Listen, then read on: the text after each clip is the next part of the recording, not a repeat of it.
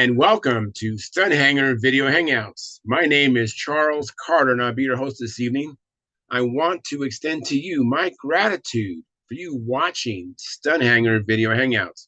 If you're watching this as a replay, I want you to know that I host these YouTube live streams every Monday and Friday evening starting at 6:45 p.m. Pacific Standard Time. So please make a note of this so you can watch and be part of the live stream. Plus, we have an after party following the live stream, which is sometimes better than the live stream portion. You must be a registered Stunthanger Forum member to find the link to be part of the live stream and the following after party. Here at Stunthanger Video Hangouts, we talk about building and flying model airplanes, sport flying, competition flying, and what you've been doing lately.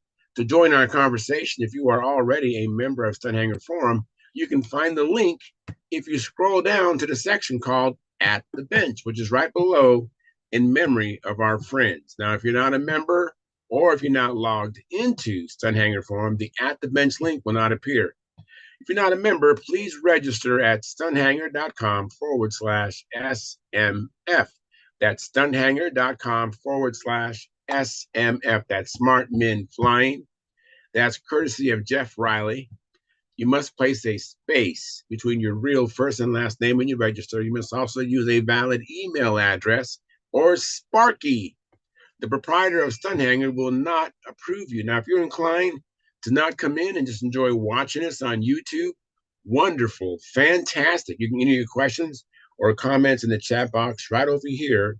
I'll do my best to make your comments or questions a part of the show. And understand, sometimes I can't get a word in myself, so be patient. And I will ask our illustrious panel your questions or state your comments. And by the way, you only can do this during a live stream. So like I said earlier, I host these YouTube live streams every Monday and Friday evening, starting at 6:45 p.m. Pacific Standard Time. Now, if you find the Stunthanger Video Hangouts that I host, or the many building videos, contest coverage videos that Sparky does on this platform enjoyable and informative, please hit the thumbs up, thumbs up, thumbs up, thumbs up, thumbs up. Subscribe, share, comments on this YouTube channel. It helps the Stunthanger YouTube channel grow. Please consider joining Stunthanger's YouTube channel memberships, which start at just $4.99 a month, which is less than 17 cents a day. And by the way, I'm a member myself. I have the $4.99 come out of my own checking account. It's been ongoing now for 3 years and 11 months. Next month, pretty soon, we're halfway through. Be almost 4 years I've been doing it. Now, if you don't want to do the monthly subscription, and by the way, when you subscribe, that's free, but the membership is $4.99. Okay. Now, as a member, you get access to member-only videos. Because not all the videos are public. Some are private, some are members only, and then some are just public. So you'll be able to capture those videos that you haven't been able to watch that are for members only. And some of them are like Al Raby movies and other stuff like that. So it's really good stuff. Like I was going to say, if you don't want to do the monthly subscription, please support us through the super chats.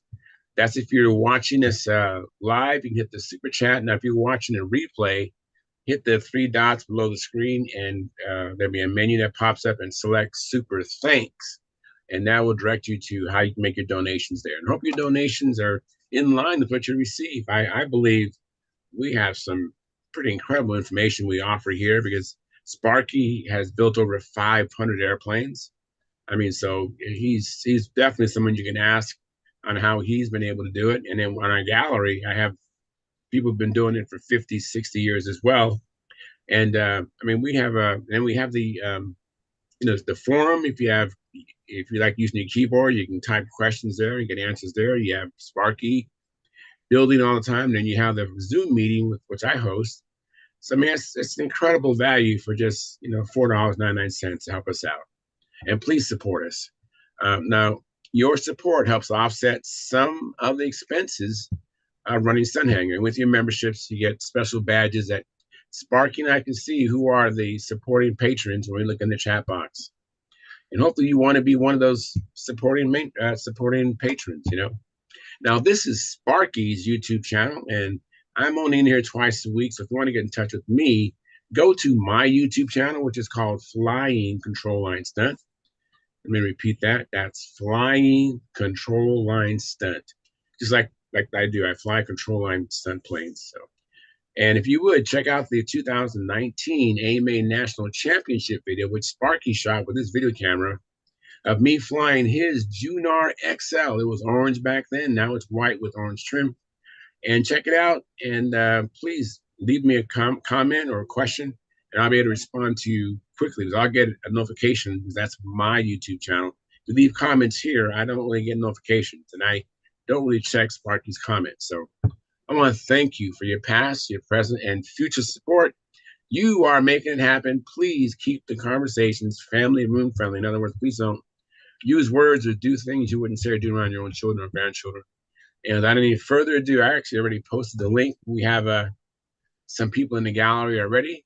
I see Gary Sinclair. I saw Tom Ramel a moment ago. He must have ducked out of here momentarily. Hopefully he'll be back. You didn't see him, Gary? No, I didn't see him, but I haven't seen him for a long time. Yeah, he was in here just for a second. Yeah, Maybe make my way over to the control panel. And welcome, Gary. Thank you so much for coming in. I appreciate it. And here is Bob Whitley. Hey, Bob. Hey, Charles. I'm just making my way to the control panel. Just bear with me for just another moment here. Let me see here. Making my way. Just give me a second here. All right, a couple more clicks and you'll have my complete attention. Let's see here. Oh, interesting. Okay, click on that. So it looks like we have 11 concurrent viewers, 7 likes. If you haven't hit the like button, please hit that like button. That helps the analytics of the show. And it looks like Daniel Berry Sports Highlights says, yo. And then Gary Sinclair says, hi. Excuse me. Yeah, like provided. Thank you very much, Gary. Appreciate that. Gary is the first member of our YouTube channel in the chat box. And he's also a monitor for the channel, along with Greg Biswick, and we appreciate that very much. And I see Tom Ramel's back. Hey, Tom, thank you for popping in and popping out and then popping back in again. That's great. So let me just see how Gary's doing first, and then I get with you. Hey, Gary, how's it going, man? I'm doing pretty good. Good. Yeah, doing good. Good. And then, Tom, it's been a long time since you've been in here. Glad to see you again. Been a while. Yeah. We're starting a new program with kids this year. We're going to build a different airplane. I built one, so I knew how it was going to go together. So good idea. Let me make it big here. One quick second.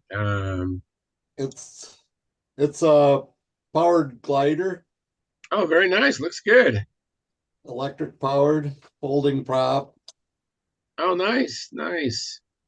And these are a laser cut kit. Mm-hmm. I just got mine 6 days ago. Wow, that's pretty quick. So it weighs 21 ounces, ready to fly with the battery and everything. Wow, very nice.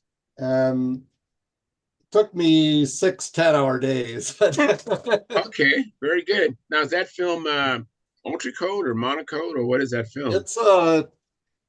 It's like monocode. It's a Chinese brand covering. Oh, very, very nice. So how's it fly? I haven't flown it yet. Oh. I have another guy that's helping me out with the program, and he has one, and he's flown it, and he said they fly really well. Oh, good. Now this is these kids are from high school that you're gonna be working with? They're high school kids. We bought 5 kits, so this year we're gonna have each kid build their own plane, then they can keep it.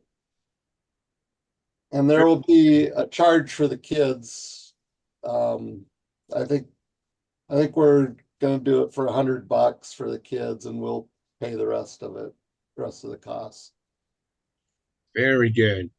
So that glider, you just toss it off of it like an elevation, and then or what do you do with it? it's got an electric motor that with a folding prop, so you can climb up to altitude and then you can shut the motor off and glide, or search for thermals. So So as far as control surfaces, I just saw the elevator. What other it's control a surfaces? four channel. It's four channel. It's got rudder, elevator, ailerons. Oh, okay, very nice. Um, Right. Okay, very nice. I didn't see the ailerons. I just thought that was just the way the wing was shaped. That's why I asked. yeah, it has ailerons also.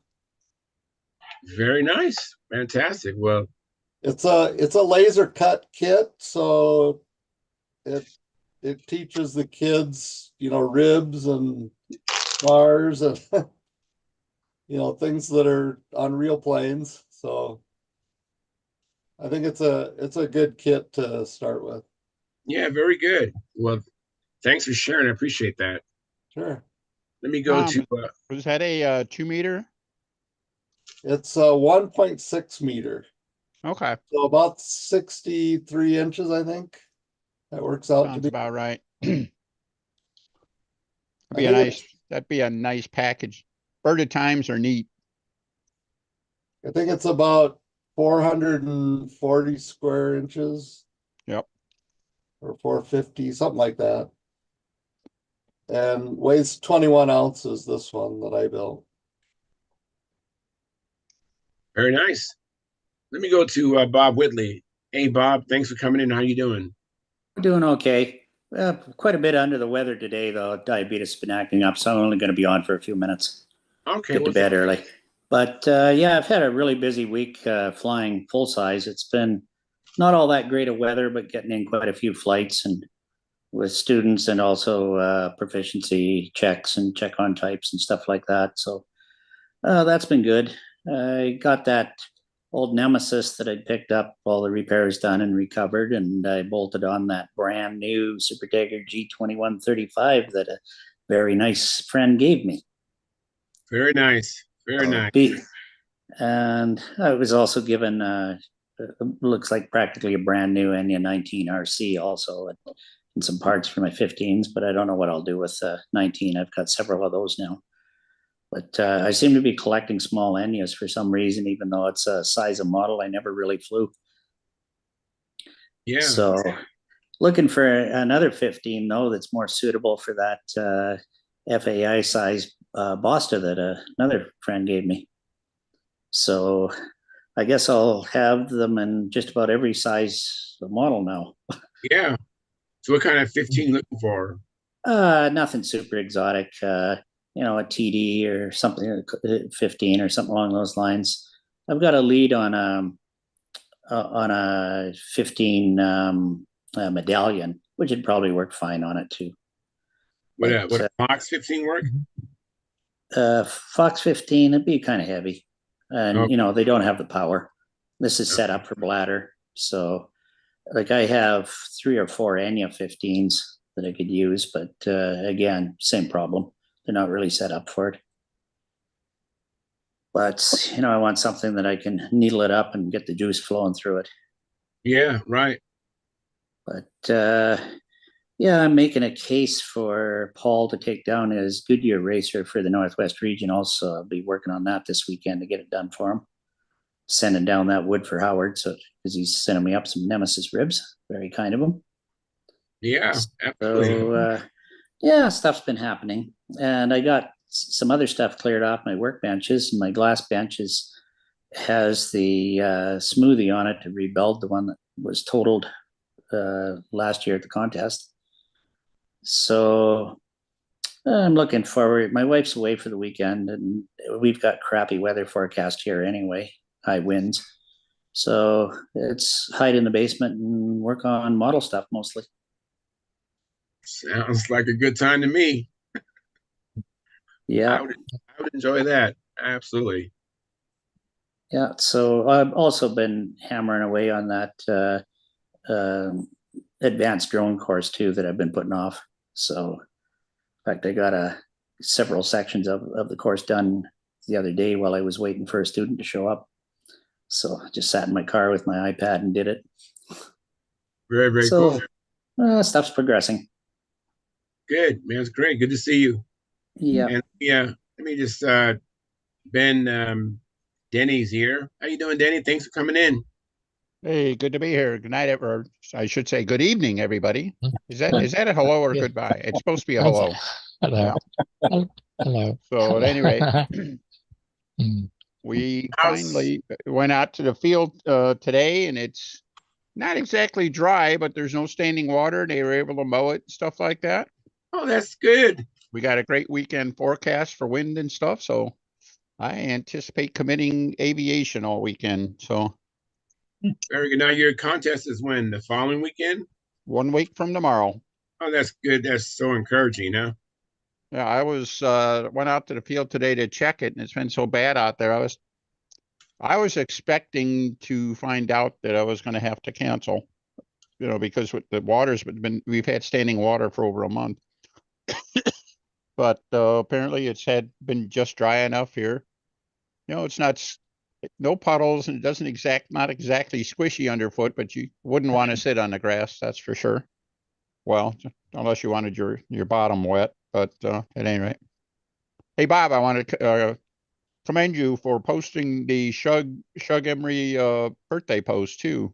So Oh yeah. Yeah, I try to get the ones of people I know posted up when I see them. is any chance we'll be seeing any more of him, or is he busy? He's got a lot of things going on, but Well, he's still doing the hammock stuff, and I know he was in Europe doing a segment on that. I never watched it, but I saw the blip of it on YouTube.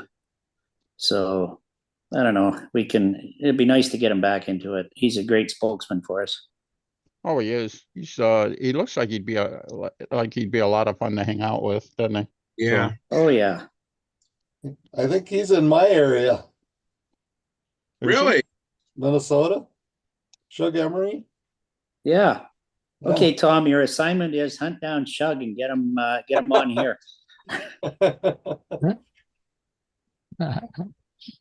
By the way, Tom, I love those videos. I watched that whole series when you were doing the RC plane in the EAA hangar.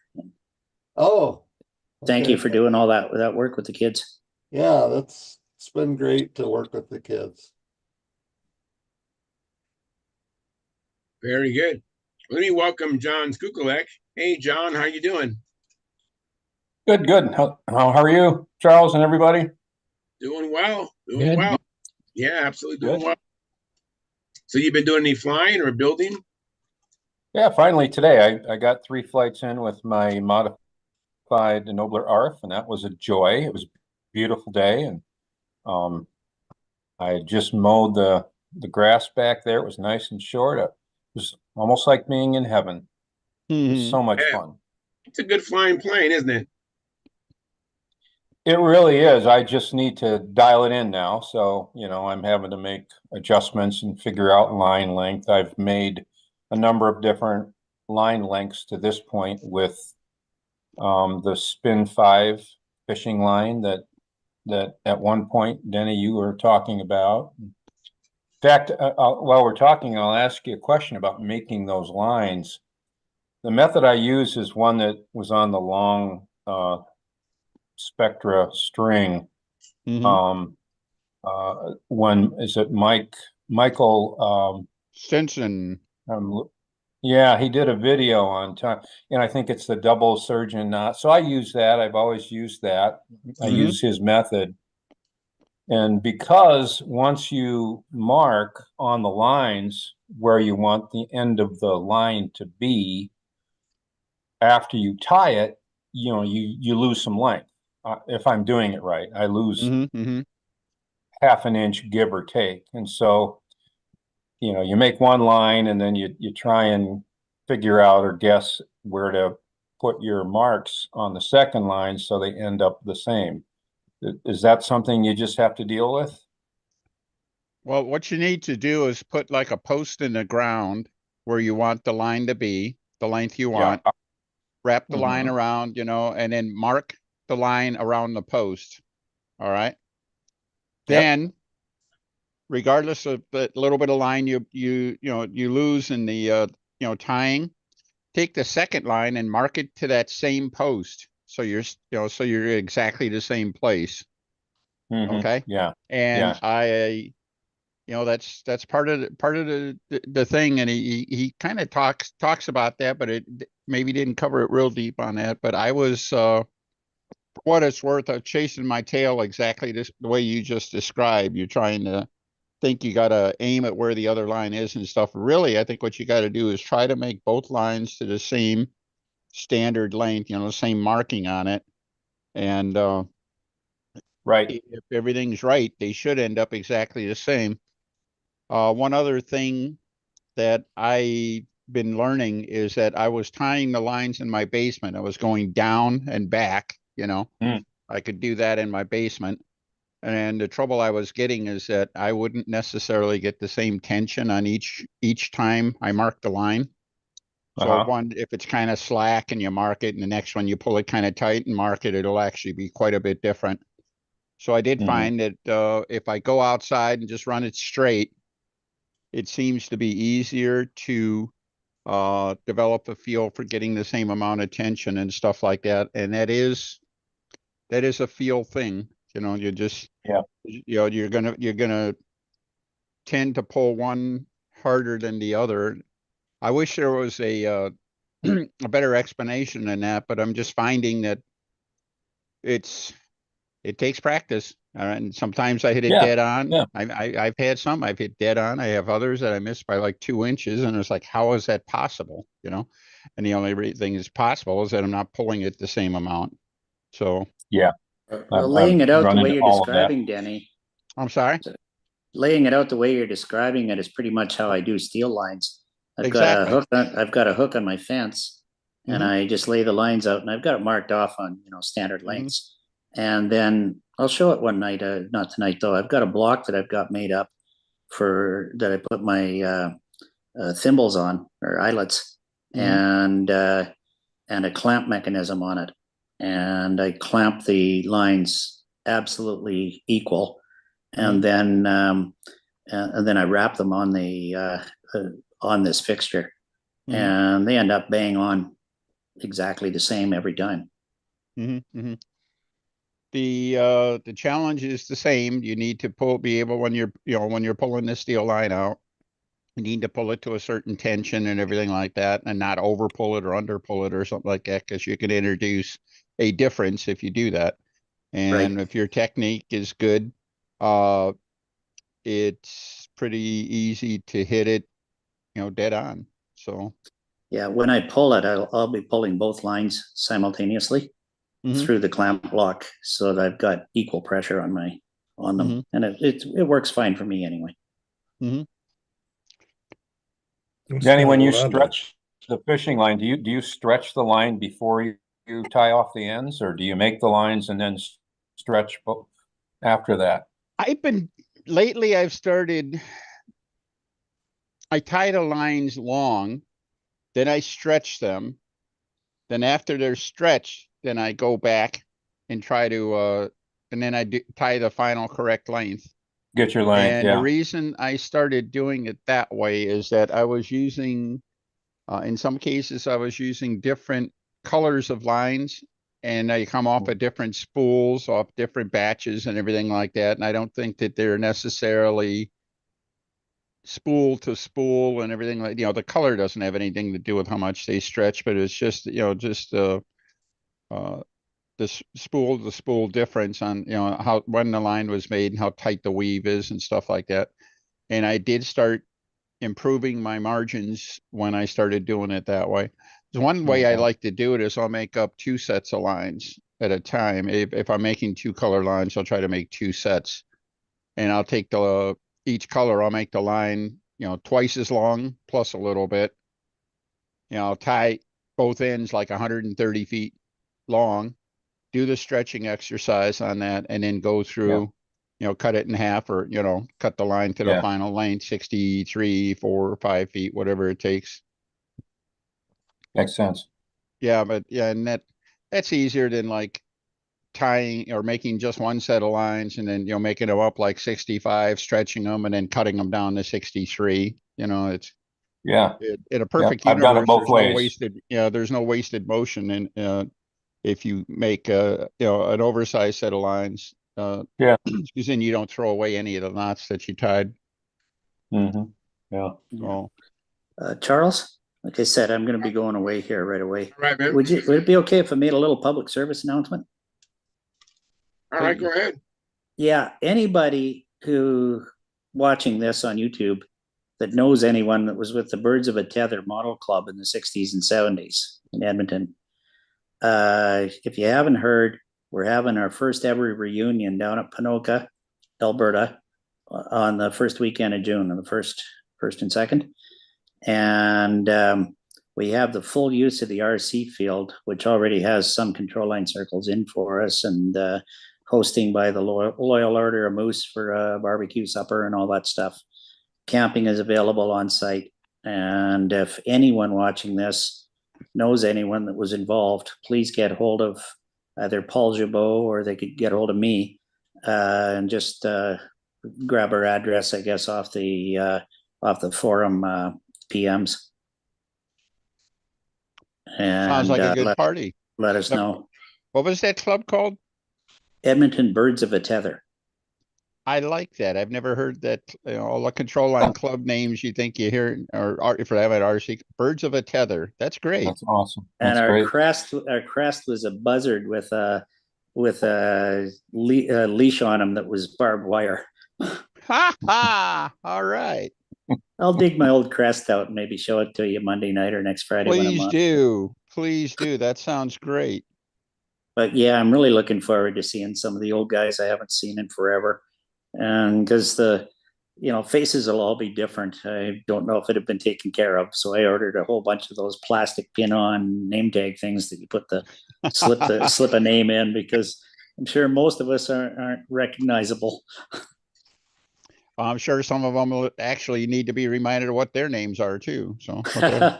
Although it was funny when I first got back into it 6 years ago now, I wandered out to the flying field, and both Paul and Ken Bird both recognized me after all those years. Mm-hmm. And the first thing they did was shoved a handle in my hand and said, "Go fly." And I did, and I didn't even crash. It was good. Very good. That's great. So anyway, I gave the light Charles as usual. So I'll just, I think I'm going to go to bed and just watch you guys on the tube. All right. So have a great night. Soon, man. Take care. Hope you feel better soon. Yeah. Get to feeling better. It's just a shot of diabetes flare up today. It's just diet controlled and exercise, and I haven't been doing either of those well. Anything. Yeah, I want to say mine is just a little mild shot too, but both can kill you. Don't never take it for granted. Do what you need to do. Absolutely. Okay, you guys have a great time. Catch you later. Right, thank you, man. Care. See ya. Hey, take care. Up next, man. What you been up to, Philip?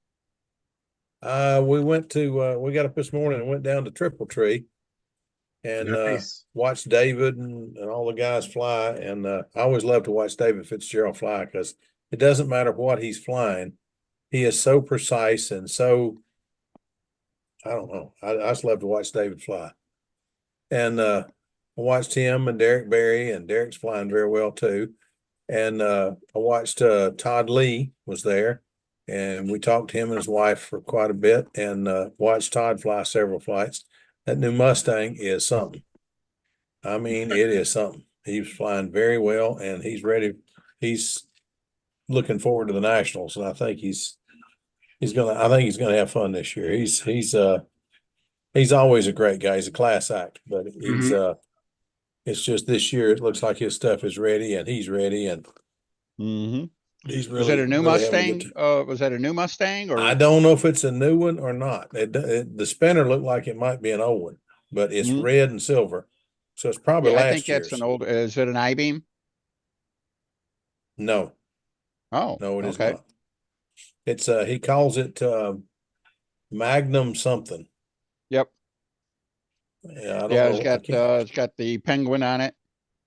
Yeah, on the yeah. Yeah, that's it. Is that thing's I-beam? I didn't know that. That's I the thought from the old Boone County comic strip. I think the penguin was in that. yeah, I've seen the penguin before, but I just couldn't place it. Yeah. But he's just a class act. He's Mm. just a great guy. Well, But anyway, Michelle's a sweetheart too. he is that. But we're out there cutting up today and just had a great time. And of course, my wife wouldn't let me do anything, so I went Yeah. down and watched and just had a great time and still managed to get too hot. So, one of those things.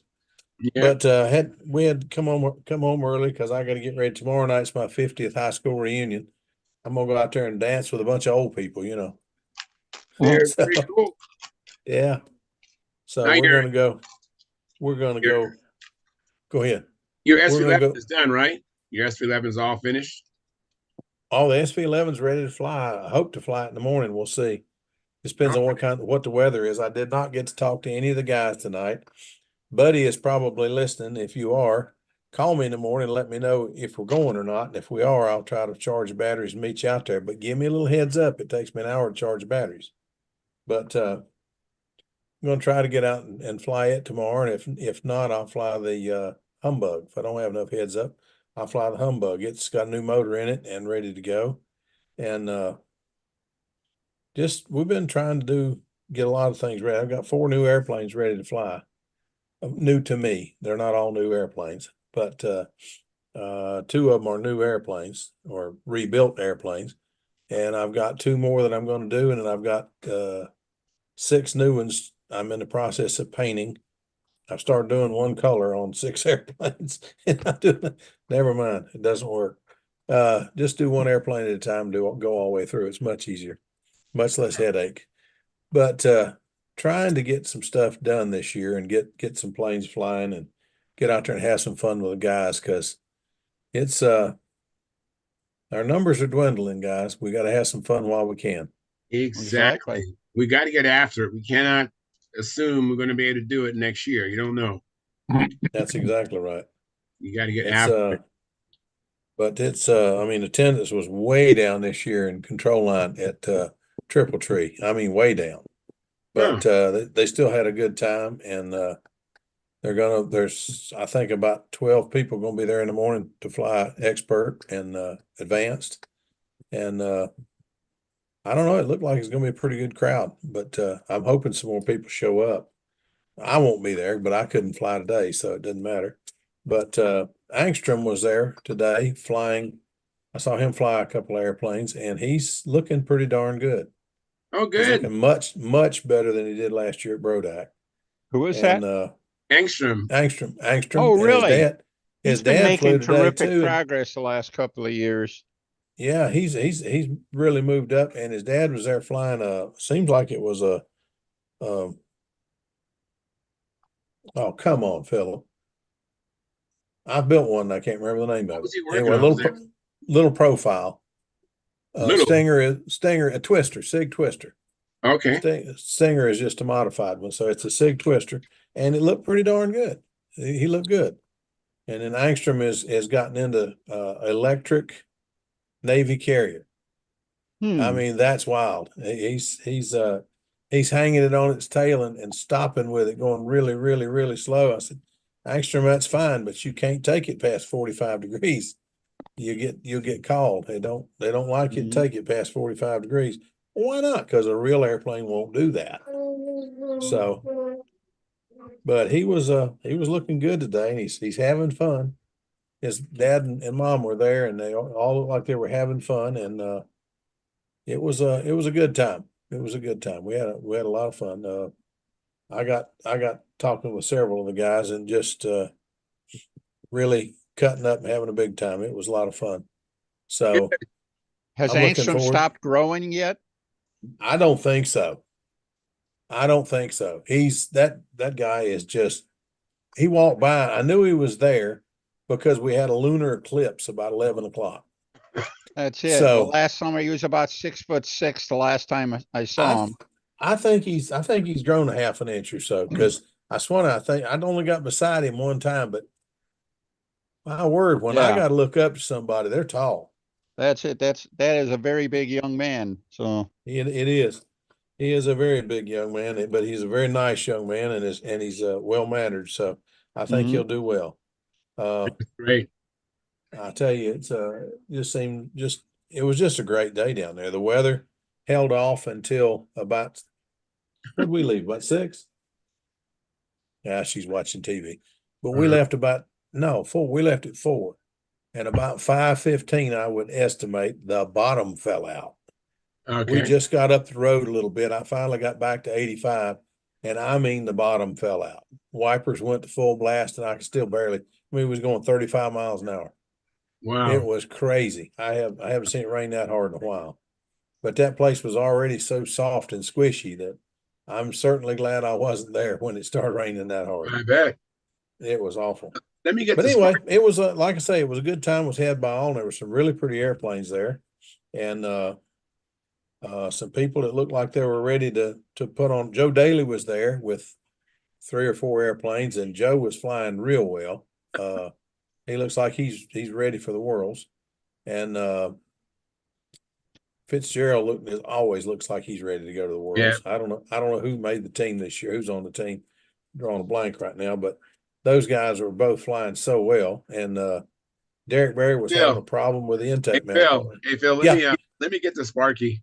Go ahead. Hey Sparky, man, how's it going, Sparky? Thanks for coming in. Go ahead. Get in. Yeah, I'm all right. I'm just listening.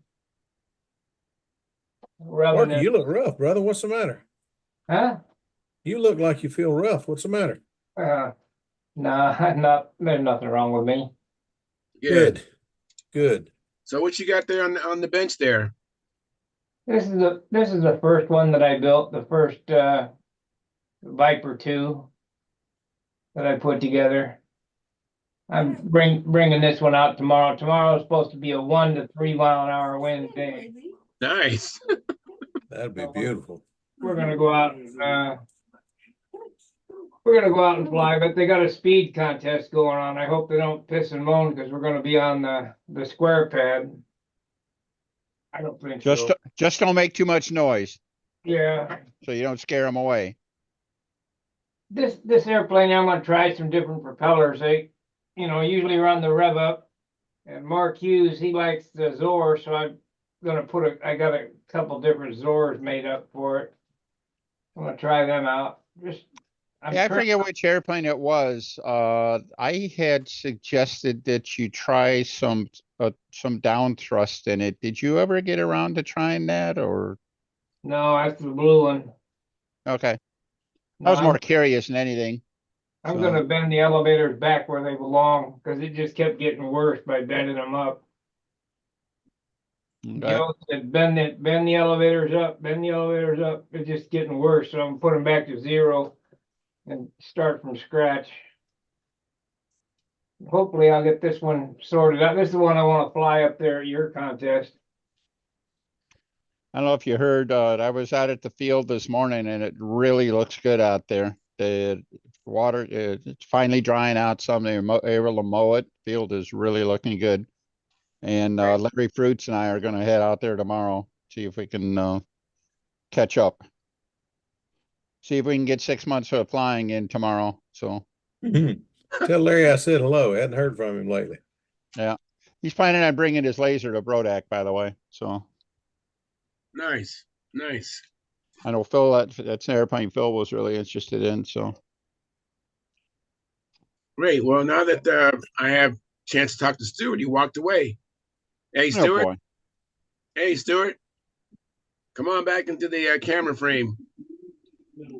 I don't know. Looks like we lost Len too. Maybe they're talking to each other.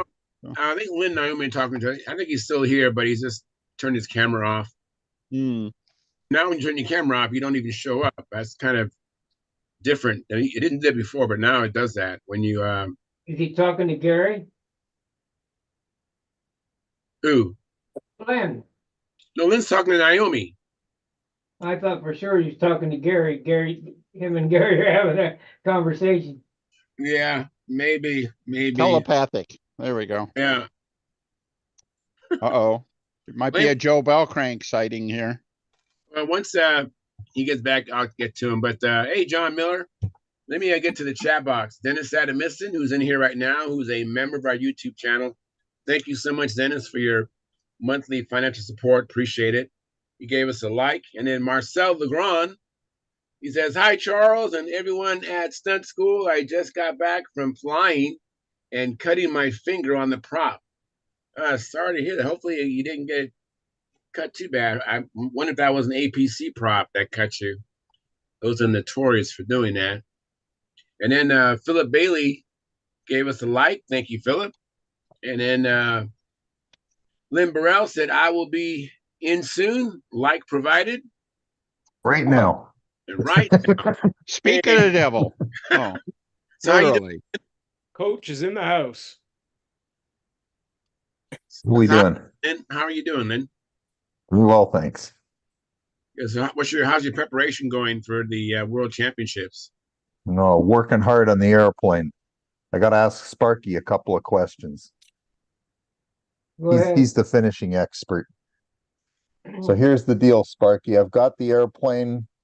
All the filler coats are done. It's sanded as smooth as I think I can make it.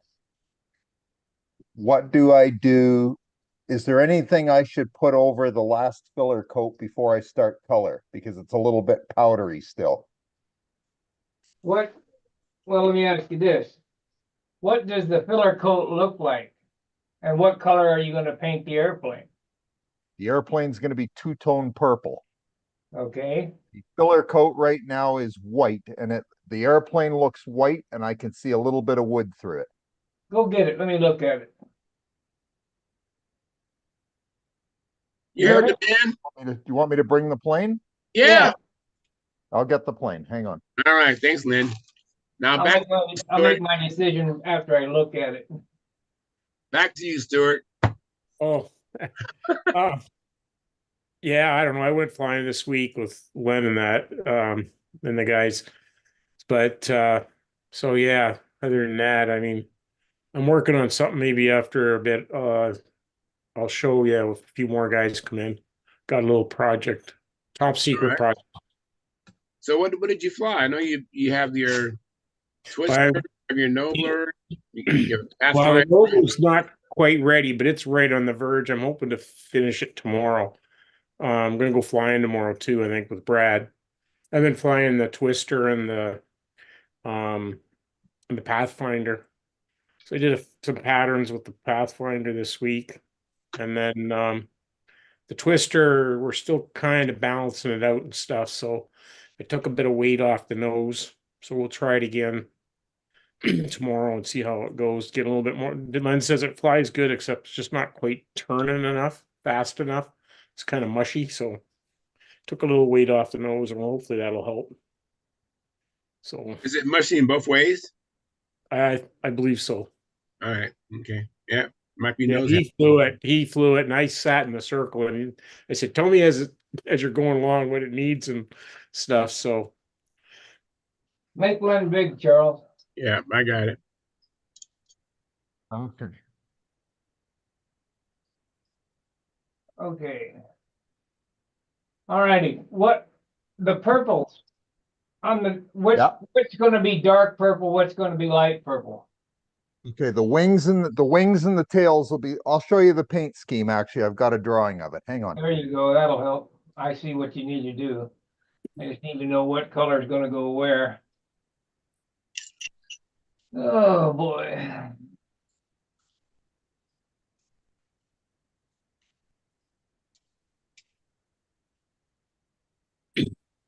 I think I got an idea what he's going to do. I see we got a like from John Skukulek, and John Skukulek is a member of our YouTube channel. Thank you, John, for your support. Appreciate it very much.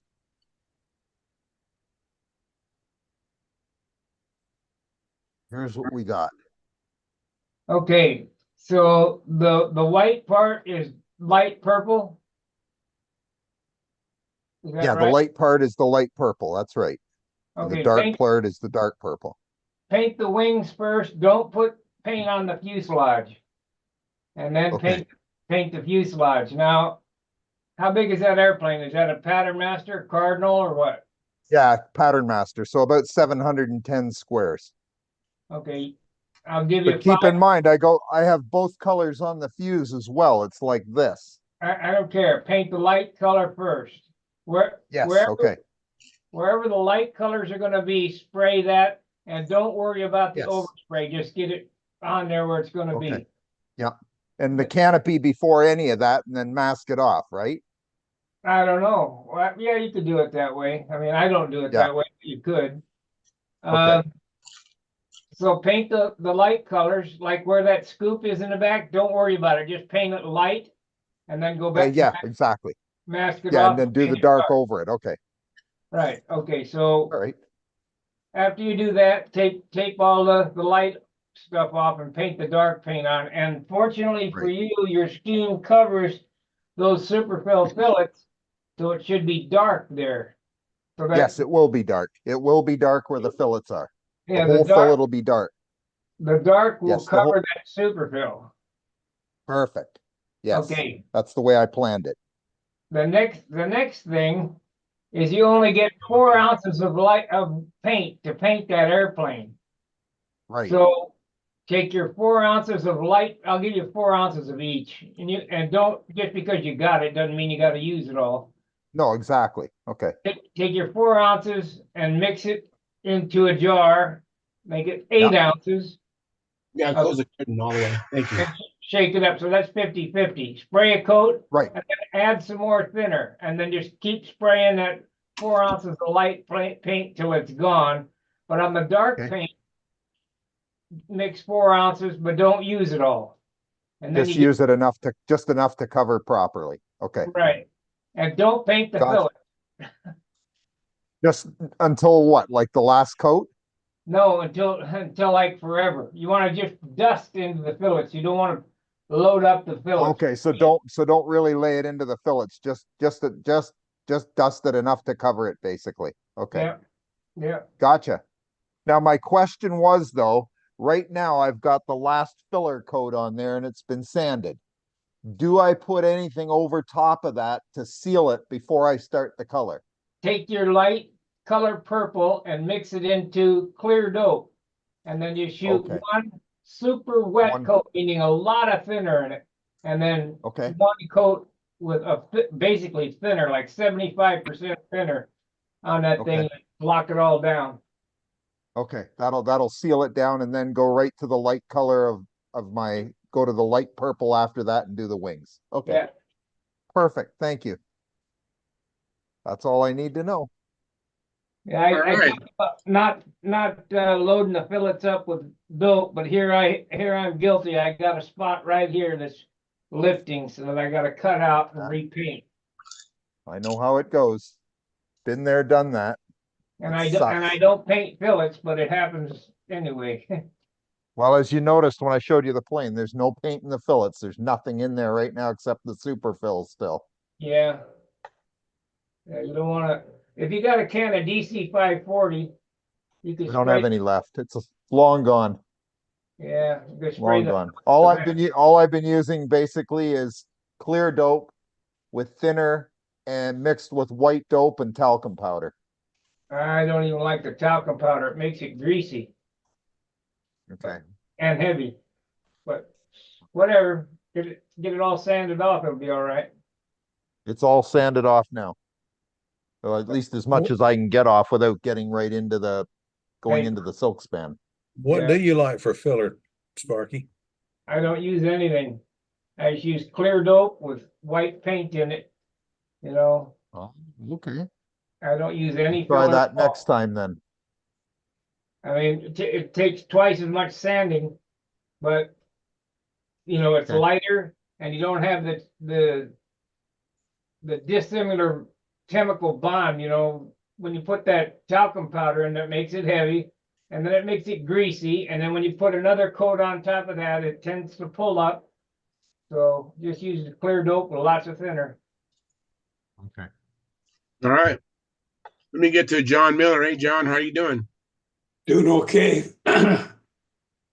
Not getting a whole lot done. Seems like whatever I got is hanging on a little bit. I mean, I'm a lot better, but it demands a nap every afternoon now. That might be because I'm getting close to being 81 years old now. Yeah. Or just might be the hanging on from from that cold or flu or whatever it was I had. Right. Other than that, though, I've been working, steadily on the drawing for the Trailblazer. I'm gonna have to. What I'm gonna have to do is I'm gonna have to make a PDF with circles around everything that I changed on all of the drawings and get them to the guys and then get them a set of unmarked new plans. And that's to help. If they've already printed it up, then they'll know where to look on the new one to find it. Because then you can print off your printer. You can zoom in and say, I only want to print what's inside this square, and you can print full size on your printer for some of these small items. Just if you're cutting out your own parts. So What size is that airplane? it's 655 square inches. So it's a 40 size airplane. Actually, it could be a 40, but it's for 46 to 60. Send me a PDF of that and I'll look into it, see if I want to build it. Okay, I'll be happy to do that. That'd be But great. it'll be a little while because I want to get the changes made, so I don't have I don't want too many out there that I've got to make these changes to, because I don't want the guys to spend the money to get the printing done and then feel like they have to do it again. So I'm trying to make it so they can make the changes without incurring any real costs by keeping them located where they can find them and all that. So anyway, that's where I'm at, Charles. Well, thank you very much, John. We had Keith Trossel here for a moment. I don't know what happened to him. He I know. must have ducked out. So let me say hi to Stephen Minchella. Hey, Stephen, how you doing? I'm all right. How you doing tonight? Doing good. Doing good. You been doing any flying or building? What you been up to? Just a little bit of flying and just kind of resting, just hanging out. So what you been flying? Been flying the Spectra. The Spectra, okay. Yeah. Tiger 46. You been doing patterns, or you're trimming the plane out? What are you doing with it? Flying patterns. Oh, good. What's happening with the Strega? You don't like it or what? I didn't take it out today. I flew it last weekend. Oh, okay. We All flew right. it last week, and I got a few different airplanes that I fly, and if they don't, they can't. I don't know. Try not to let them sit too long. Good. Try to keep them in rotation. You know what I mean? Try to keep them so their bearings got fresh oil in them. All right. Yeah. Keep them working. Let me see here. I got a Roy Lane. He was a member of our YouTube channel. Thank you, Roy. Thanks for coming in. He says, "Evening, guys. I was mobile and listening at home now. Like provided." Thank you very much, Roy. Enjoy the show. Roy, do you fly a control line or RC, or and if you do fly, what level are you at? I went flying today. I went flying with actually Joe was there, but he didn't. He had to go home. He wasn't feeling good, so I ended up flying with Carl. Carl and I flew, and it was a good day. Overcast, and, in the 60 degrees, and did lots of flights. It was pretty good. Mostly flying my stunt trainer. I went from the wired handle to a hard point handle, and so it took me several flights to get my handle back to where it's at neutral. But the hard point really seemed to help me take the plane down a little bit lower because it could turn the corner tighter, and there's less. It's more of a quicker response with the hard point as opposed to the wired. It's just a little bit of a delay, or so that's good. And I'm expecting two more stunt trainers next week. My friend is making them for me, so I have four of them, and hopefully start really going down low, and maybe even have to mix them up, getting down there. But that's what my goal is. So that's what I've been up to. And I guess we're all caught up with everybody.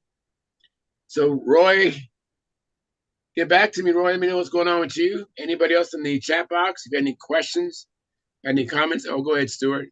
Oh, I've got my top secret project. I'll show you. All right. Top secret. We'll see. You guys will laugh. Oh, Okay. do we have clearance for this?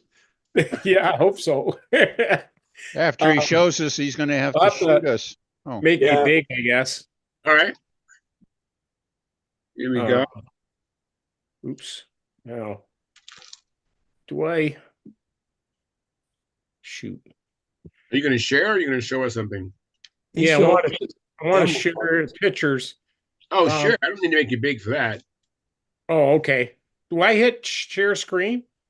First, find the item you want to show and bring it up on your computer, and then go down. Then come back to the Zoom and hit the share screen button on the bottom. Oh, okay.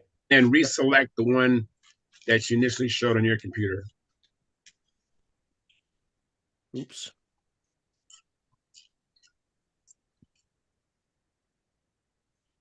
Oh, shoot. This is different. Let me, oh, I see. Oh, I see. It says share here. Okay. All right. Good. Oh, there's my little buddies. We showed him a little while ago. mhm. So this is kind of what I came up with. It's to hold the ring for doing the lines. Let me go to here. Hmm. Oh, I make a jig to hold this. Yeah. So, and you put a screw in here, a bolt. Right. Right.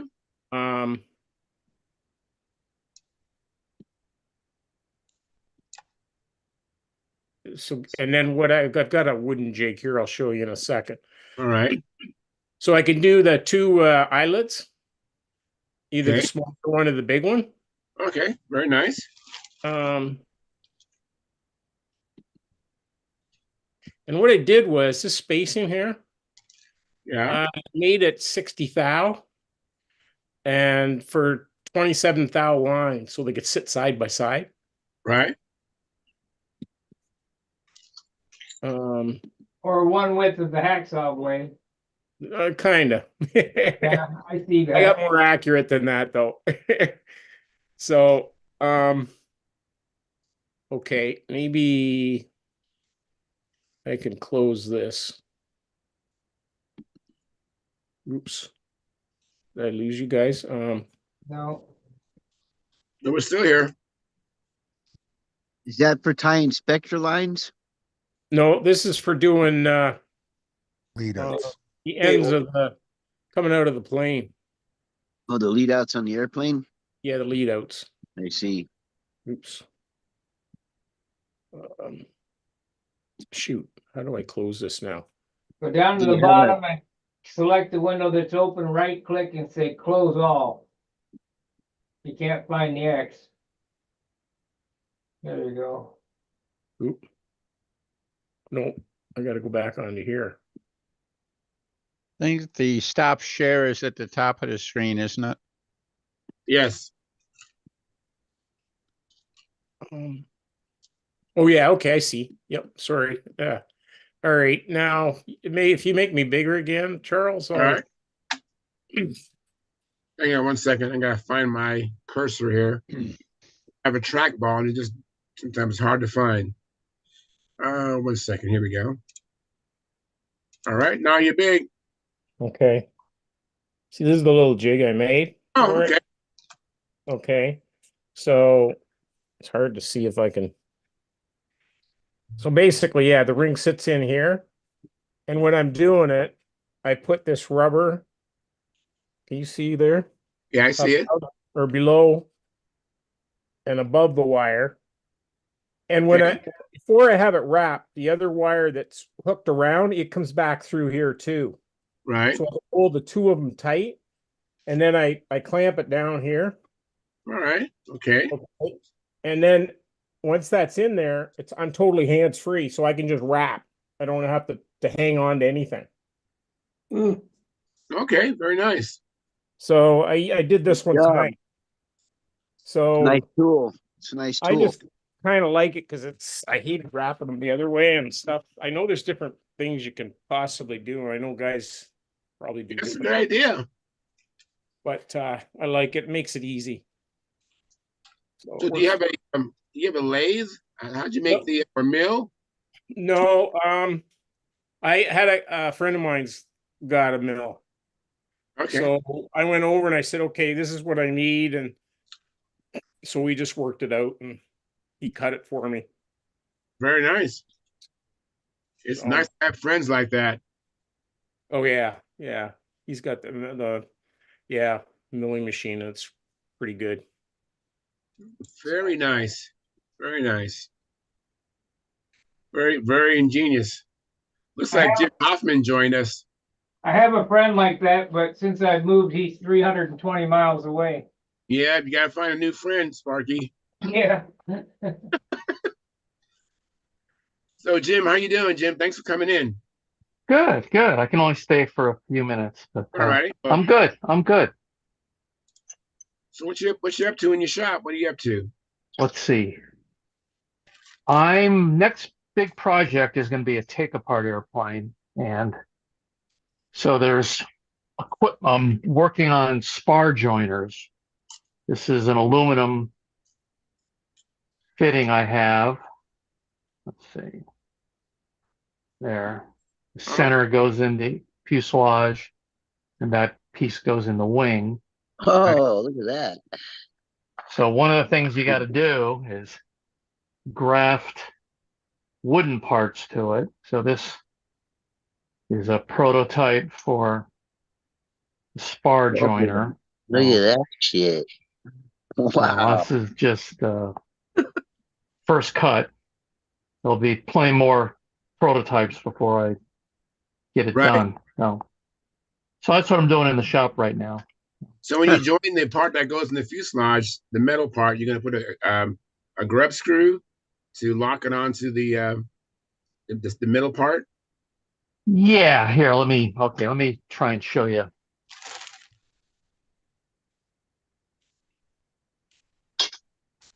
How this works. So here's the part. This is grafted into the wing. You see there's a hole there. Right. Here's a screw. And that goes in. Let me put on a screwdriver. And that goes through there.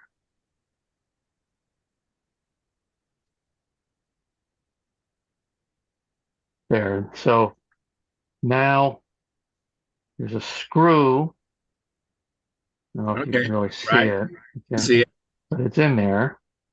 And so this round piece fits on.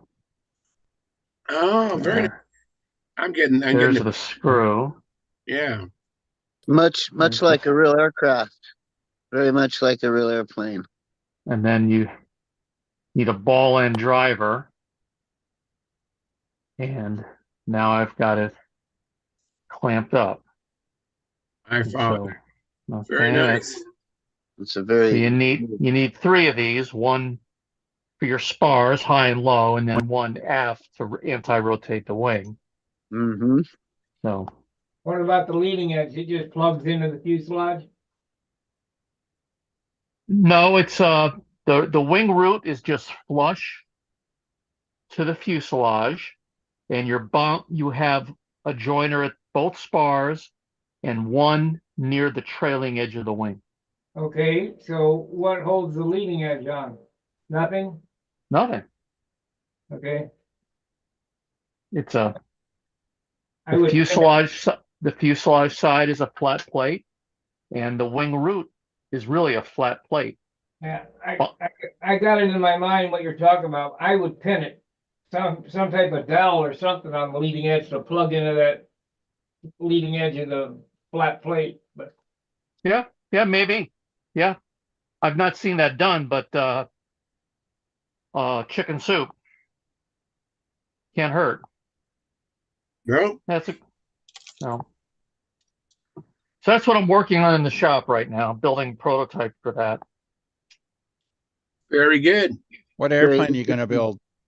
Very interesting. Pred- with the whole thing. Another Predator, E-powered All right. Predator.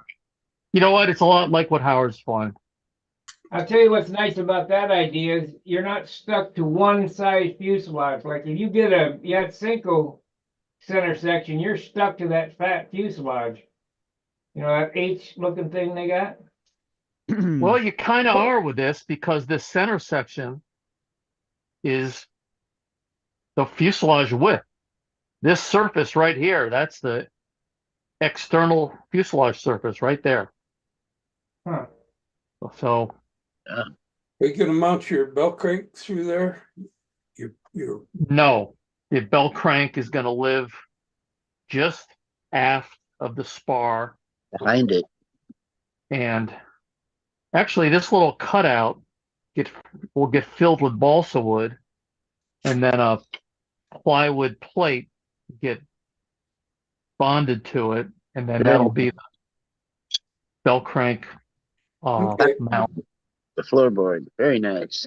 Yeah, yeah. Very nice, Jim. So It's I'm a very neat. slow builder. This will be at least a year. But Can't wait to see it finished. me too. Yeah, there's a lot of prototype stuff I got to do before I really get started on the real airplane. I'll Right. bet. But a Well, lot of jigs to come up with. Bet. Yeah, and I love jigs. I think jigs make life so much better. Yeah, yeah. So, Okay. Hey, thank you, Jim. Appreciate it, man. no, you're welcome. You're welcome. Looks good. So Roy Lane says he said also again, I want to remind you he's a member of our YouTube channel. He supports us financially. We really appreciate it. He says learning a lot, like the finishing issues just discussed. Yeah, no more talc. Working the dizziness out. Yeah, yeah. So just learning. Very good.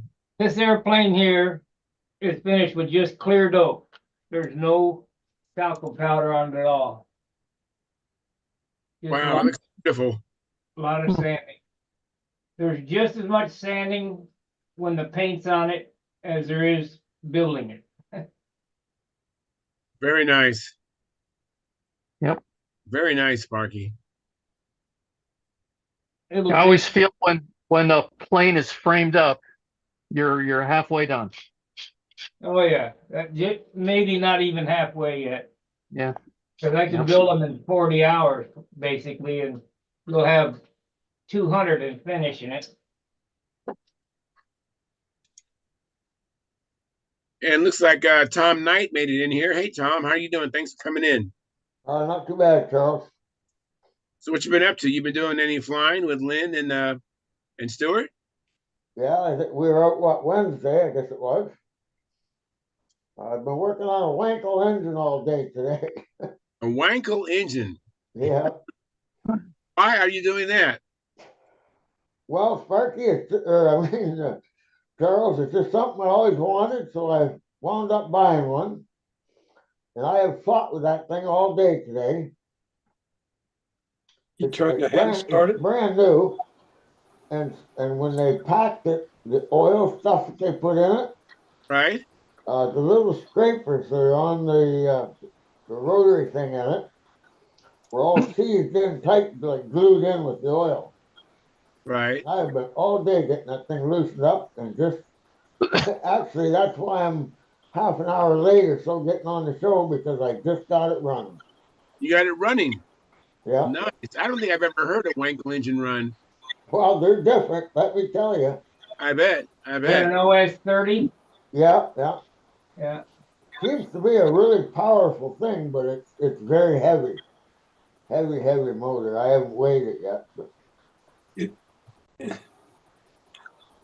I don't know what I'll ever do with it. Just something I wanted, I guess. Yeah. Go ahead, John. I put that very same engine on a classic airplane, the Staggerwing Beach, and I got it to where I got it to where I didn't have to add any weight to balance it. In other words, I made a little changes in the nose length. But that thing really actually powered that thing quite well. And it would do the full pattern, not a problem. And was a good flying airplane. So yeah, if you treat it right, it'll do it. Don't make the mistake thinking you got to have all caster. That's what I did, and I really gummed that thing up. You know, go with probably like 3 or 4% caster and the rest synthetic. Piston engines go boing, Mazdas go hum. Yeah, well, it seems a lot powerful. It's got more power than you realize by the sound of it. Yeah, yeah. You figure it's got three every rotation of that wedge-shaped piston is 3 surfaces that are like the top of a piston. So you basically got 3 cylinders sweeping in there, and that's why it sounds so unique.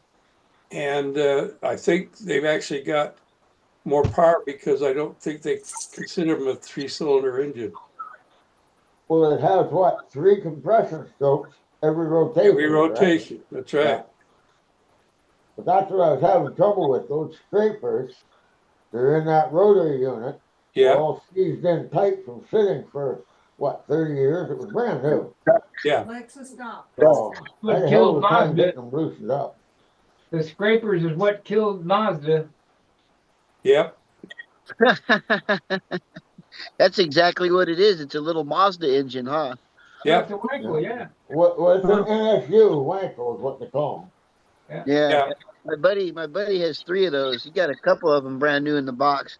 I've never seen them run or anything like that, but they sure are unique looking. Well, they're heavy, you know. When I replaced it with a Thunder Tiger 42, GP 42, I had to extend the nose 1.5 inches to balance it the same as it was with that Wankel on it.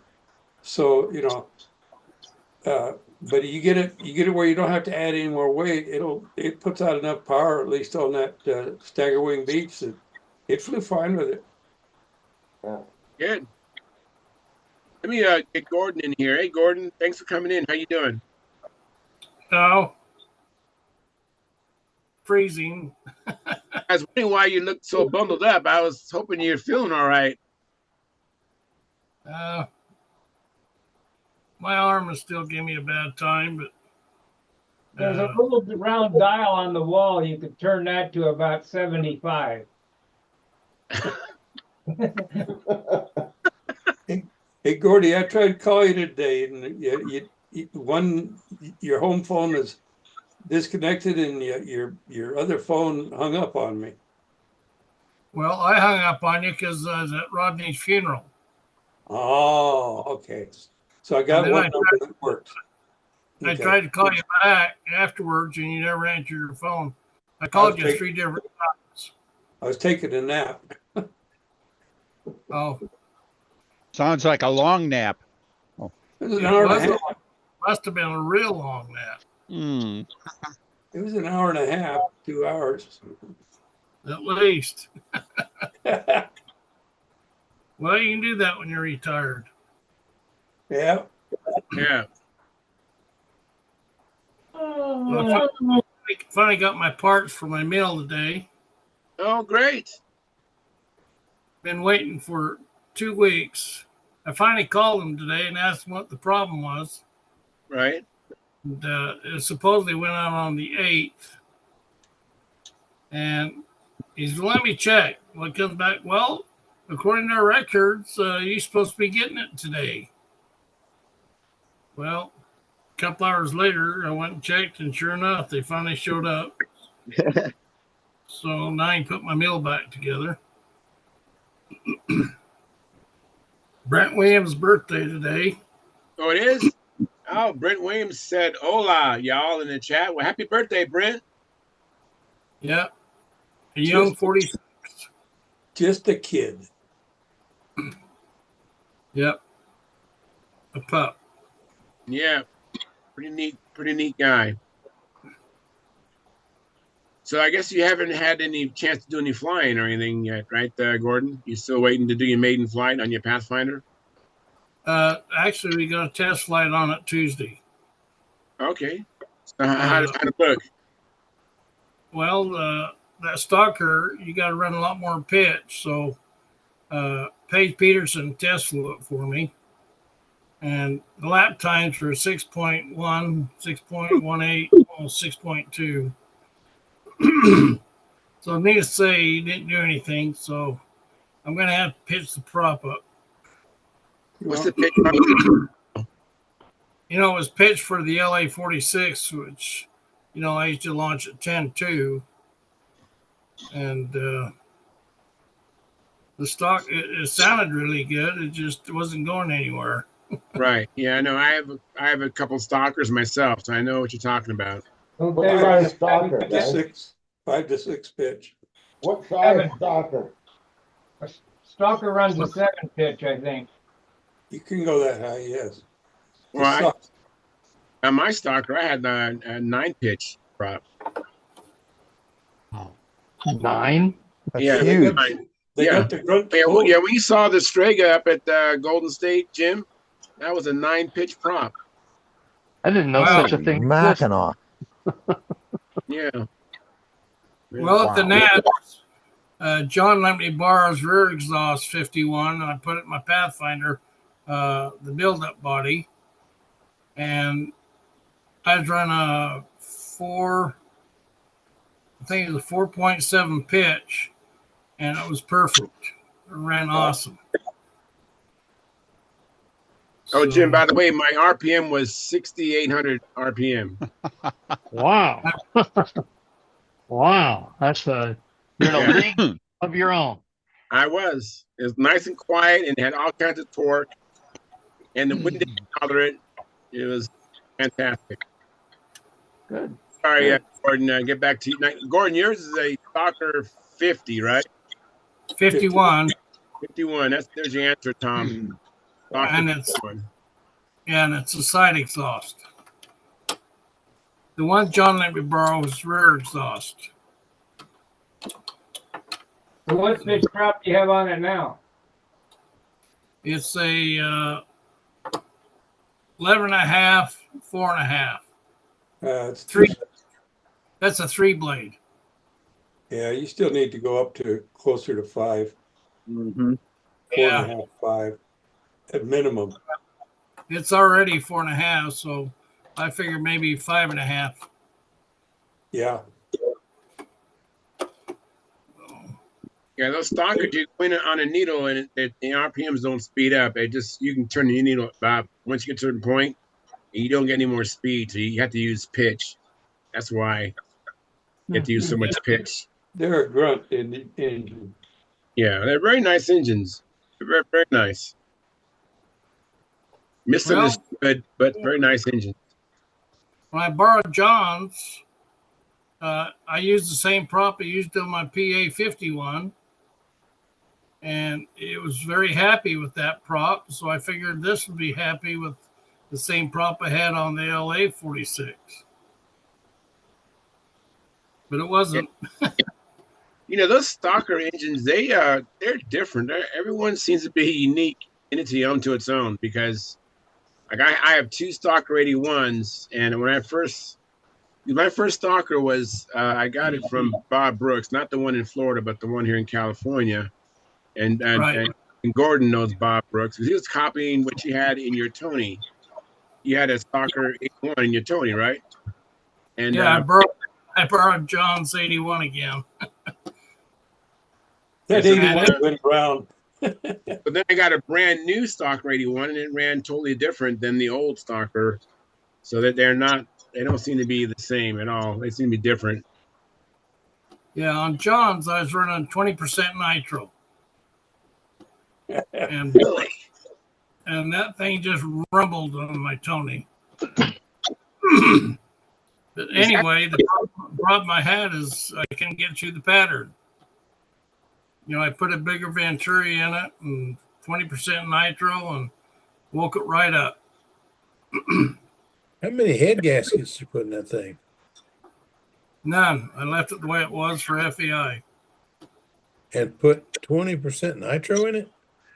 Yep. Everybody says, "Oh, you got to add the head gas." No, you don't. Wow. Yeah, I didn't run nitro, so I only had 1 to 2 head shims in my stalkers.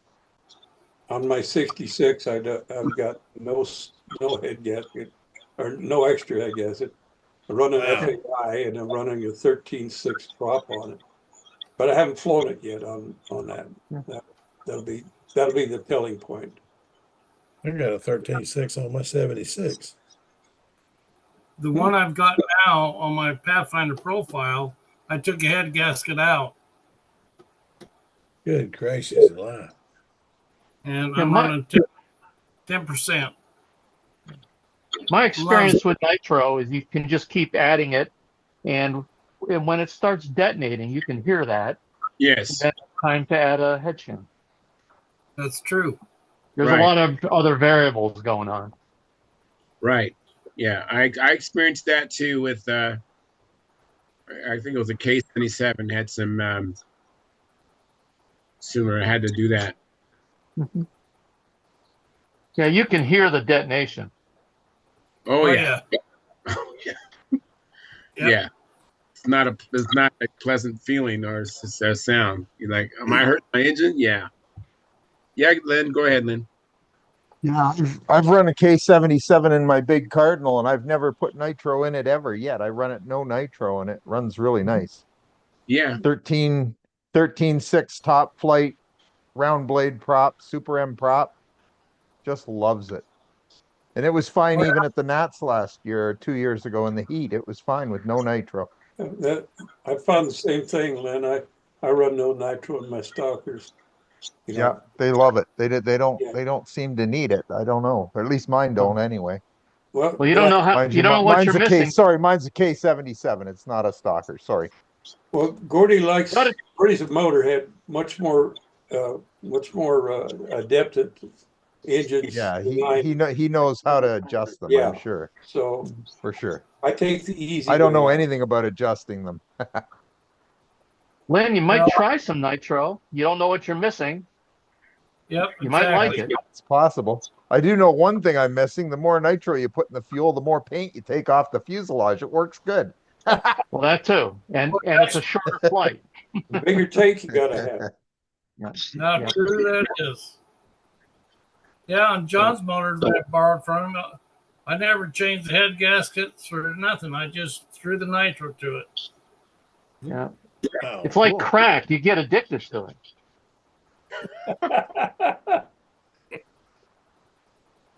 Oh, that's funny. That's so funny.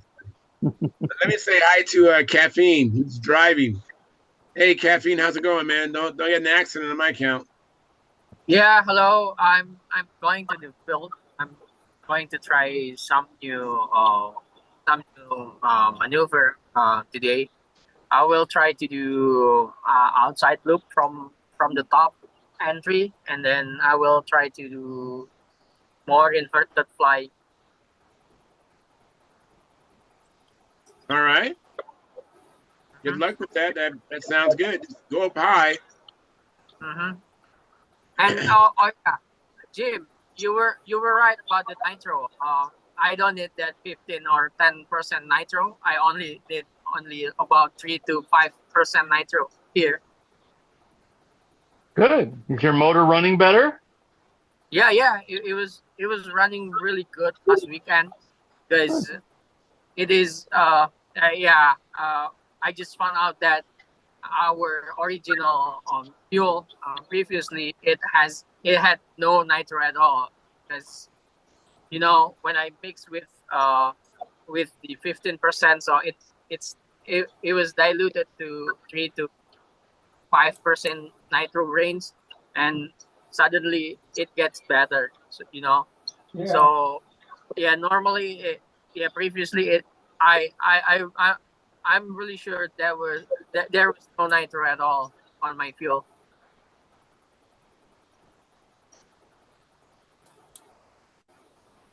When you start the the outside loop from the top, Make sure you're at least at 45 degrees when you start. Yeah, that's right. That's More. right. The Maybe first few start higher. maybe a little bit higher for the first couple. Yeah, Yeah. yeah, I'd start At least- higher. I will start high. Yeah, start between 45 and above your head, halfway. Start there. You'll be Yeah, safer. yeah. Yeah, you should honestly, you should start it inverted about 10 feet off the ground from the inverted position. I Okay, don't yeah. know anybody that uses the high entry into the outsides in competition. Mm-hmm. I don't even think it's legal in the pattern, is it? All right, guys, I got to run. All right. Thanks, See you, Jim. Yeah. Thanks, Thank Jim. you. Good night. See you. Good night, man. See you. Take care, Jim. So why do Well, you they want to do the inverted loop from inverted flight? Why don't you want to do it from inverted flight, Caffeine? Yeah, I can do that as well. Because I don't know. I just want to try because I'm having more confidence on doing the horizontal 8, the competition horizontal 8. So I'm getting used to do the outside. So Okay. I understand. The Yeah, only no, that's maneuver fine. that does an outside start. Time out. Time out. You shouldn't start going to the horizontal 8 and learning your maneuvers like that, because that's not the order of the pattern. Not to be a wise guy, but you shouldn't train yourself that way. That's not the way you should do that. okay. The only maneuver that starts from the top on an outside is a square loop. Can you do a square? Can you do a square yet?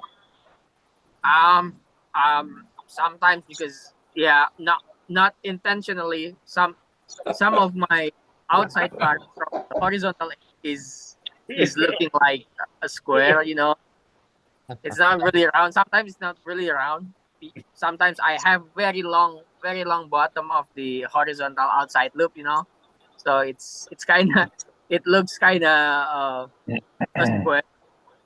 Well, as Stephen said, what I would do is do 3 insides and then fly 6 inverted laps, or do 3 outside loops from the inverted position. Yeah. Okay. Get the pattern and just try to go right along in line with it. Can you do a reverse wing over yet? Inverted wing over, not yet. Better work on that some. Okay. Guys, I'm gonna check out and go put it to bed. It's been Right. a long day. Have a good one, everybody. Thank you, Philip. Take it easy. Yeah, Night, see you Phil. Monday. Take care, Phil. Yes, sir. We'll sure try, Danny. Take care. Get some rest. So, John Skukulak, you're back. Well, I was here. I just didn't want you to see me for a while. Okay. That hair day. Yeah, I had a couple of hairs out of place. John, did I answer your Me question too. on those horn clips? Yeah, Sparky. I wasn't very clear. What I was trying to find out is really what size hardwood you were using. What thickness. 1/8 inch. 1/8 inch. Yeah. And then you put 1/64 on each side. Right. Okay. So yeah, I got it eventually. Some guys use heavier plywood, but you don't need to. Yeah. I'm building my Vector now, and so I'll be getting to the point where I want to put those clips in the flaps. So. And get basswood. Don't try to do it in plywood. If you Okay. try to twist it'll split the plywood. Okay. All right.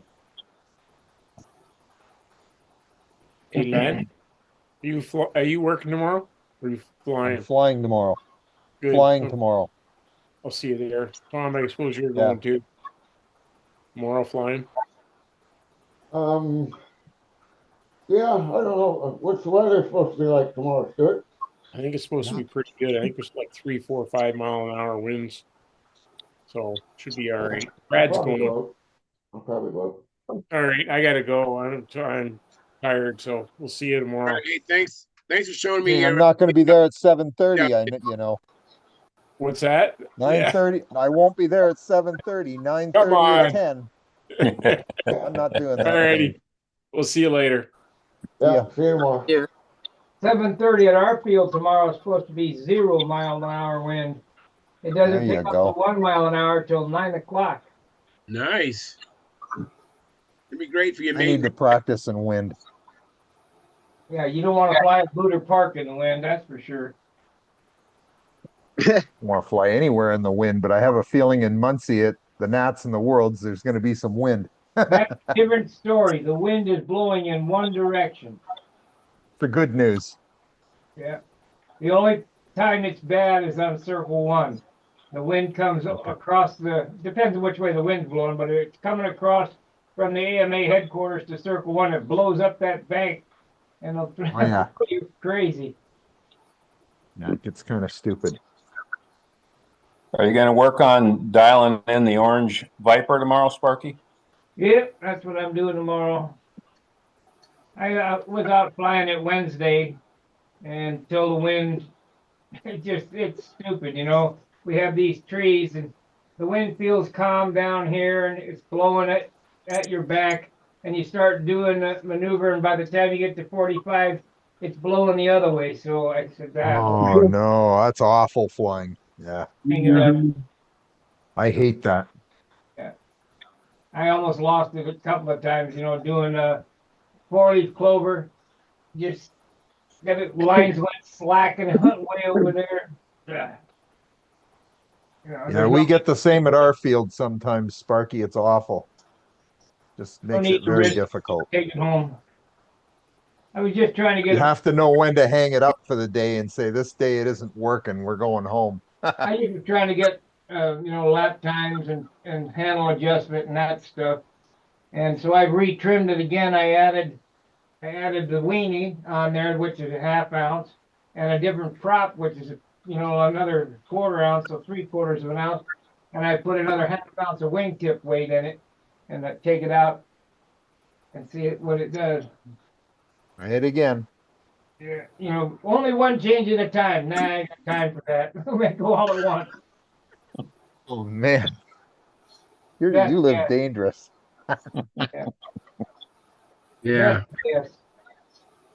I only make one change at a time. Otherwise, I don't know where the heck I'm going. Yeah, it's kind of hard to tell what was the benefactor, what made it better, you know? Or worse, Yeah. for that matter. Yeah. Yeah. What made it worse? Yeah. If you change three things and then go fly it and it's worse, you think, well, what one screwed it up? Yeah, well, that's pretty easy. If I have to change anything back from this, the first thing that will go is the 1/4 ounce of extra tip weight. And then if that doesn't do it, then I'll take the prop and change it back to a rev up. I'm trying these Zor propellers now. Okay. Mark seems to like them, so we'll see on his. The Zor props are nice. I like them too. But it's a true pitch. It's a 6 pitch, not a 5.5 like a rev up. Right. So I'm gonna have to adjust the motor. I have a theory. I never met a rev up I didn't like. That's right. Mm-hmm. Well, I like rev up.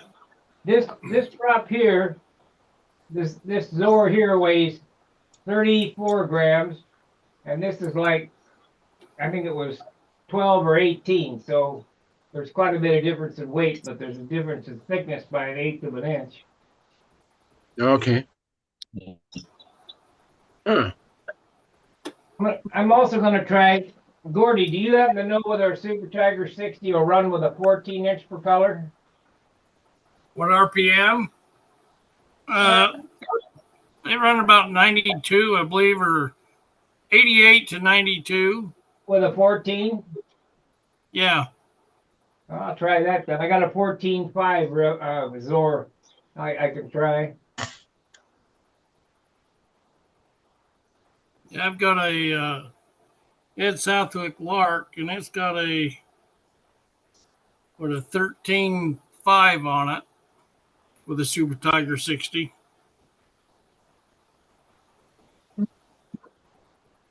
Well, I got a Zor cut down to 13.5. It was a 14.5, but I cut it to 13. And yeah, I don't like to go those great big diameters because of the prop procession. And then you need Raby rudders and all kinds of stuff. I wonder how I know. You got wrapped up in the Ray Rudder stuff. Them Ray Rudders garbage. I told Al, why do you want to induce yaw into your airplane? And what did he say? He said it works. I said, okay, whatever. Yeah. But the funny thing about all Rabe's airplanes, he was getting the most out of nothing that anybody could do because those wings were so tiny. Oh yeah. The airplanes are really scale. I mean, they really look scale, but he could make them work. Well, he had big flaps on them. Yeah, 3 ounces a piece. Did he ever tell you what those things weighed? Wow. I don't know what the weights were, but I know they were large. He used the arrow shaft push rod for the leading edge, and then he fiberglassed the flap. I want stiff flaps. Val, how much weight? He said 3 ounces. 3 ounces? If my flaps are a half an ounce, I'm freaking out. What did he do? Make them out of basswood? No. Sea grain balsa sanded to shape, then that arrow shaft push rod, fiberglass, and resin on them things. Man. But his airplanes Some of Wendy's flaps were huge back in the early days too. They were massive, like just massive wide, like 4 inches wide. They're just huge. Well, when you're He flying seemed to be able to make them work. When you're flying lumber wagons, you need all that flap. I guess that's true. Heavy the I don't airplane. know. Wendy's Big Mig was 900 square inches and 62 ounces. I thought that was a pretty damn good weight for that much airplane. That size airplane, and it had the 30% cord flaps and everything like that. It was quite an accomplishment. Was that a sweeper, Dennis? No, it was the MiG sweeper. It was the MiG sweeper. Yeah, it was. You got a picture of that. It was more the wide flap airplanes and stuff. I think were all LJs. So it was like it was somewhere between that and and he called at that time he was calling all his airplanes sweepers. So I don't know. It was crazy. It was. I don't know how else to describe it except it was very big and very light. And he had built it with carbon fiber and everything like that. He flew it at the Nationals, and by the FAI team trials 2 months later, the airplane was trash because he had built it with carbon fiber reinforcements, and the carbon carved up the balsa wood around it. Oh wow! Yeah, the carbon was very, very stiff, and he had some outstanding balsa wood around it and everything like that. The balsa wanted to flex, and the carbon wouldn't let it, and it literally tore itself apart because of that. So Interesting. Yeah, it was a strange. It was one of those be careful what you wish for things, and I think over time he learned how to to distribute the carbon a little better so it would spread out and load better. But he was I know he's using carbon on everything. So. Cool. Yeah, on my Tony, I have carbon fiber bulkheads, from the leading edge forward, but that's all in plywood. Use what is it, 32nd ply, and then the firewall and the bulkhead in front of the leading edge is carbon fiber. Roger made some hand grain stuff and then put it on a big sheet. And we just cut out the patterns and then use that for our firewall stuff. Worked pretty nice. Saved a little weight, but I don't know what happened on the second Tony. Probably too much paint. The first one was 69 ounces, and the last one was, I think, 79 ounces. That's a good flying airplane, though.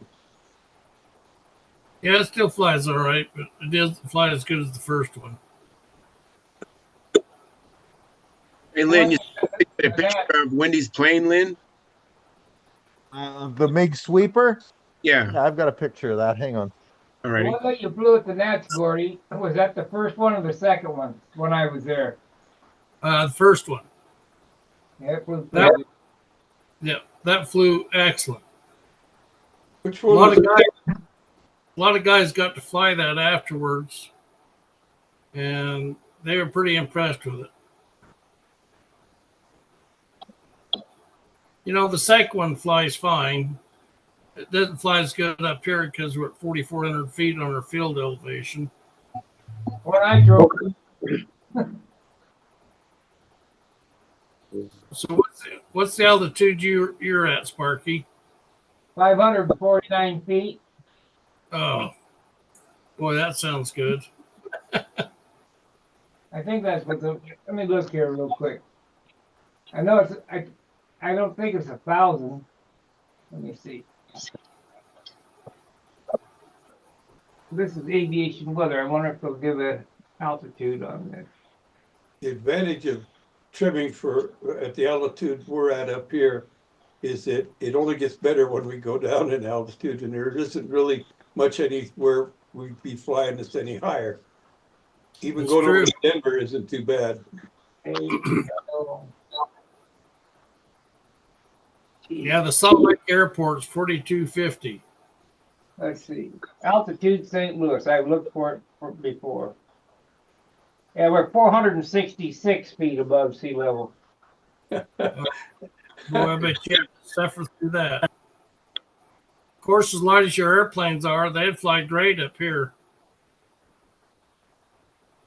Yeah, but they fly better here. Yeah, Yeah, but that's if you good up flew and here. trimmed them up here, they'd fly even better down there. Oh yeah, and at the weight he's building those, the square inches, they'd fly Yeah. awesome up here.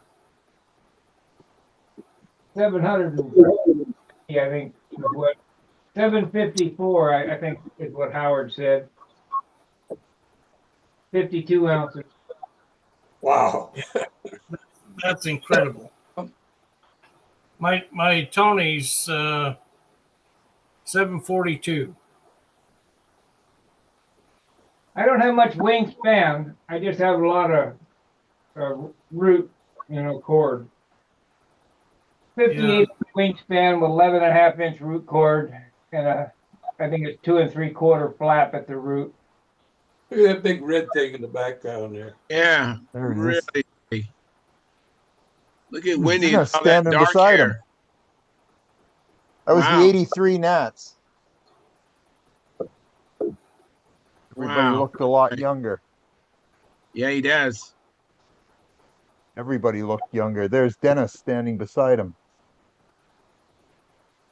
Were you Dennis? fourth, Dennis? What's that? Were you fourth? Yeah. Yeah, you were fourth. Wendy was fifth. I think Jimmy Cassell won. Paul Walker was second, and Gieske was third, I believe. I think so. I think that's it. Dennis, what plane was that you were flying? That was my the Eclipse, the one that was published. Oh, okay. Not much wing on that airplane. 567 squares, 63-inch span. Remember what the weight was on it, Dennis? 49 ounces. Oh, wow. Wow. It was too heavy for its size, but it worked. And that was Sure did. IC? What's that? That was internal combustion? Yes, there it was. That was 1983. So they hadn't discovered electrons yet. Where's that at? Chicopee, Massachusetts. That was the last nationals I flew in until 2005 or 2015. So You got the white pants on. oh man, I was just gorgeous. That's all there is to it. Look at how skinny that Everybody butt had white. is. All right. Everybody had white Wendy pants and I, except after Gieske. the year before, Wendy and I coaching each other down. He lost a bunch of weight from the previous year, and I did too. And we had a really we were both looking good then. So Seven next to you, Wendy looks like a kid. Yeah, no kidding, eh? Yeah, how tall are Everybody you, had Danny? Danny, how tall are you? I was 6'4". Okay. It's how tall is Wendy Wendy? looks like a little guy. Wendy was less than 6'4". Yeah. Looks like about 5'10" to 5'11". He's about 5'8". Probably about that. Yeah. About Interesting. 5'8". Everybody has white pants except Geeski. Mm-hmm. He didn't get the memo, I guess, or he just didn't care. He I don't didn't think he care. cared. He had this knack for letting his airplane do the talking, shall we say? So Boy, he did that. I don't know if I Wendy is get a kick. as You tall know, as his wingspan. yeah, that's it. And I don't know about. Take a look at Paul there. That's terrific. I mean, the hair and everything like that. Oh, He's yeah. a very young man. Everybody is, but that's. I always thought that if I always hoped he he's repeated a couple of his old airplanes and everything. I always liked this one, the Bad News. Bad news. Yeah. Wendy actually gave me this picture off his shop wall. I got a whole bunch of them from Nats winning pictures. Nice. Very I've nice. got probably 7 or 8 of them. I think that Wow. was the year that Wendy started his string of fifth place finishes. Yeah, that's right. 83 was the first one. Yep, and he had a Here's whole his bunch other. of fifth Go ahead. places. I'm just saying he had a whole bunch of fifth places. I Yes, think they he gave did. him before the contest. Yeah, I remember him Here's a saying. picture of. Go ahead, Lynn. Go ahead. I have a picture of his other sweeper, the one before it. All right. Or actually, it was one before it, and that's the sweeper 900. Oh, That one nice. actually came after the MiG. Oh, was it after the MiG? I'm sorry. Yeah, that he built that in like 2 weeks before the team trials because the MiG had the structural issues. Okay. I'm sorry. I got them wrong. Yeah, well, no big deal on that. And but yeah, that was actually a very good. Look how flying big airplane. that thing is compared to the Banshee. Yeah. Well, it was another 900 square inch airplane. Yeah, Tiger 900. 60. You already called it Sweeper 900. Look at You the know, take a size look of how those thick flaps. the stab. You know, look at the flap size. Look at how thick the stabilizer is. You know how much airfoil there is there. Massive. Very nice. Badass airplane. Yeah, Mark's blue and white twin was 1,059, and when I built mine, it was 960. Man, oh man. Lumber Wagon Central. No wonder there's a balsa shortage. Mm-hmm. Boy, you got that right. That's it.